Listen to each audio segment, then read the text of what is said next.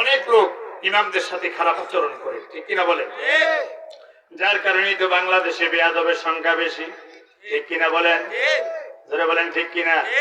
আমরা যারা মাদ্রাসায় লেখাপড়া করেছি, কয়দিন আমরা কোন দিন আমরা আমাদের ওস্তাদজিদেরকে স্কুলের ভিতরে মাদ্রাসার ভিতরে রেখা তালা লাগাইছি? কিন্তু আপনি দেখেন স্কুল কলেজ ইউনিভার্সিটির ছেলেরা রাস্তায় নেই বা ভাইস চ্যান্সেলরের ভিতরে রেখা তালা লাগাই দেয়, আছে না নাই? জোরপূর্বক সই নেগা, জোরপূর্বক চাকরি থেকে বরখাস্ত করে, আছে না নাই? আরে মুসলমান, তোমার দাম কত, তোমার ইজ্জত কত তুমি নিজেই বুঝলা না। জোরে বলেন নাউজুবিল্লাহ। এজন্য আমাদেরকে আমাদের মা বোনদেরকে সবচেয়ে বেশি ভালো হতে হবে। যদি জমিনটা ভালো হয় সেটাকে মানুষ বলে উর্বর জমিন। কি জমিন বলে? বলেন না, কি জমিন বলে? আপনারা তো দেশি মানুষ, বলেন কি জমিন বলে? উর্বর, মানে ফসল বেশি হয়। সুবহানাল্লাহ বলবেন না? ফসল ভালো হয়। যে মহিলার পেটটা ভালো, সেই মহিলার পেট থেকে সন্তানও আসে ভালো। আবার যে পুরুষটা ভালো, সেই পুরুষের ওদর থেকে যে সন্তানটা আসে সেটাও ভালো হয়। এখন মনে করেন আমাদের দেশের অনেক লোকেরা বলে, হুজুর আপনারা তো দোয়া করেন, দোয়া কবুল হয় না কেন? দোয়া কবুল করেন, দোয়া কবুল হয় না। দোয়া কবুল হয় না দোষটা ইমাম সাহেবদের না, দোষটা জনগণের, ঠিক কিনা বলেন? কারণ কি? একটা কারণ আমি সর্বপ্রথম আপনাদেরকে বলি। মনে করেন লোকটা বড় আল্লাহওয়ালা, রিক্সা চালায়। কি চালায়? একটু জোরে বলেন। রিক্সা চালাক দেখছেন নি কেউ? বড় দামি দামি গাড়ি, রিক্সা তো খুব কম, এজন্য ভুলে গেছেন মনে হয়।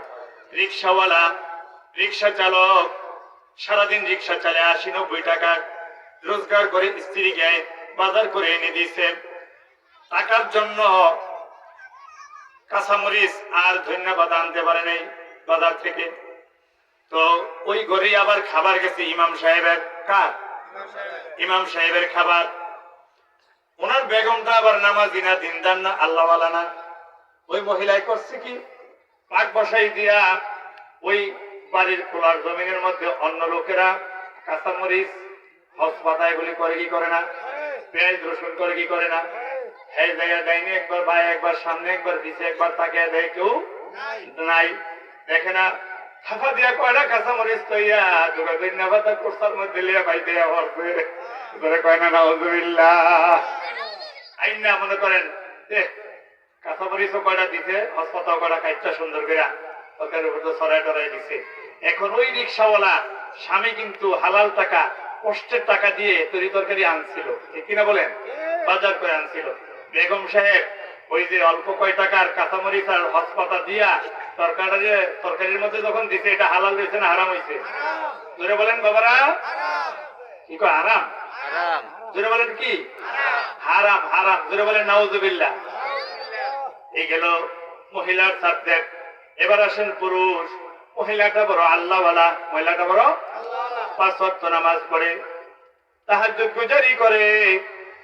ওই মহিলা ইশরাক আবিন নামাজ পড়ে, নফল ইবাদত বন্দেগী করে, সপ্তাহে প্রতি সোমবার দিন রোজা রাখে, আছে না নাই?